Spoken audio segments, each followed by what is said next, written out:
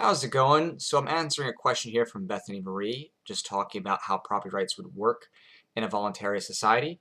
I don't have the time to get into every single possible way they can be managed. There's two parts to thinking about property rights. First is the underlying ethical and logical thoughts as to how property rights arise and how they're respected. And then there's the aspect of enforcement.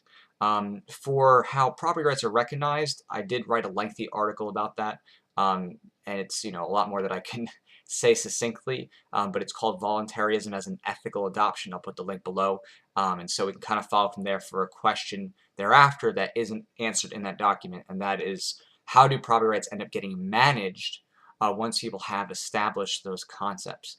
And it's largely very similar to what people have today. When it comes to your property, there is no magical barrier that keeps people from violating it. There isn't some sort of force field that the government creates that magically makes people unable to touch what you have.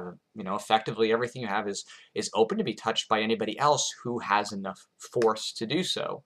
And so the question that people often wonder is how do I defend my property from aggressors?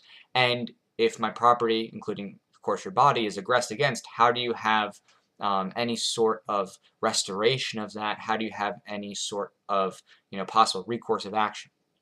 And those come about in a lot of the traditional ways that you see now.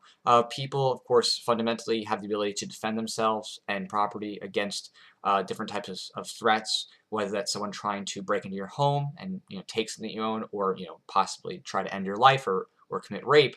You have the ability to defend yourself. That includes everything from securing your house to recording to having arms to defend yourself.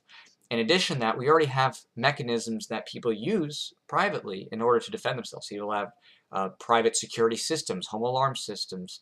We think about fire and police, but the fact of the matter is that those are not really the only mechanisms by which people secure themselves or have recourse, especially if you consider the concept of insurance agencies who protect people's property in the event of theft or fire or flood and so on and so forth. So when you have these kinds of things, they're not terribly much in terms of the outcome as far as what people are thinking, how do I protect my stuff from other people?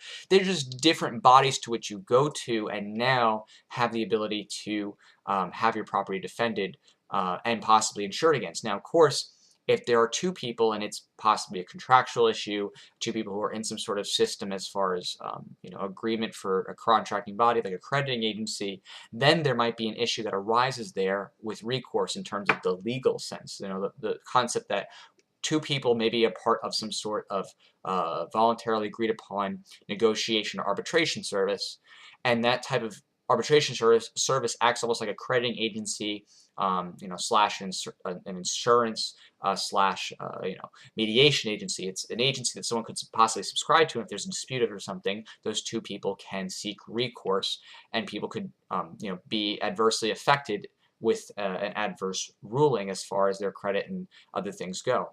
And payouts might be a part of that mediation slash insurance slash crediting agency.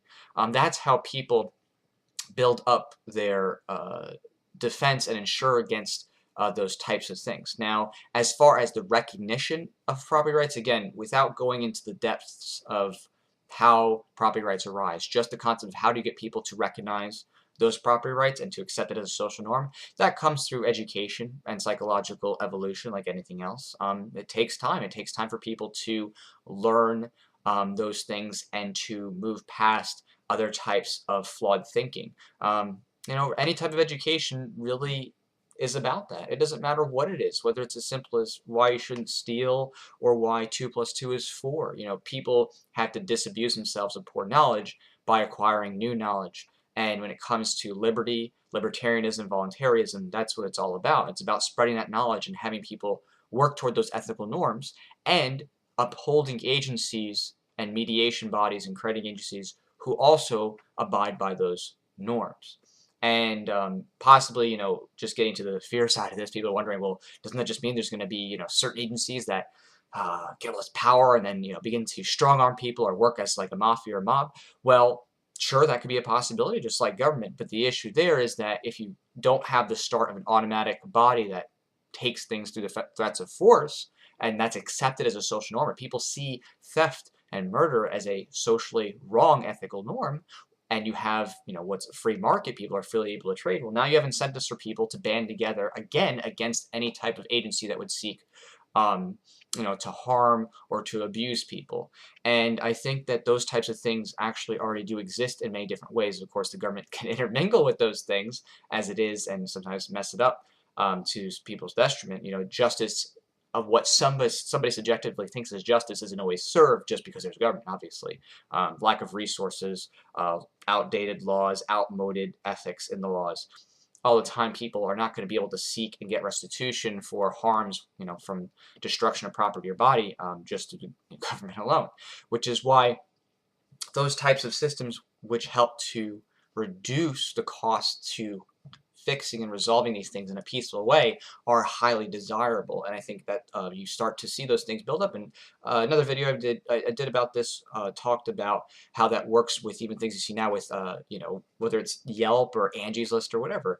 There are ways that people can give active feedback as to the quality of service of other people, as to whether they're shysters or not, as to whether someone is a trustworthy person. There are things that help to reduce those property right violations from the onset. And that's what I think everything starts to turn toward. That's how the property rights start to really work, is when people accept those ethical norms and start to move toward those and use technology to enforce those ethical norms through freedom of association and trade.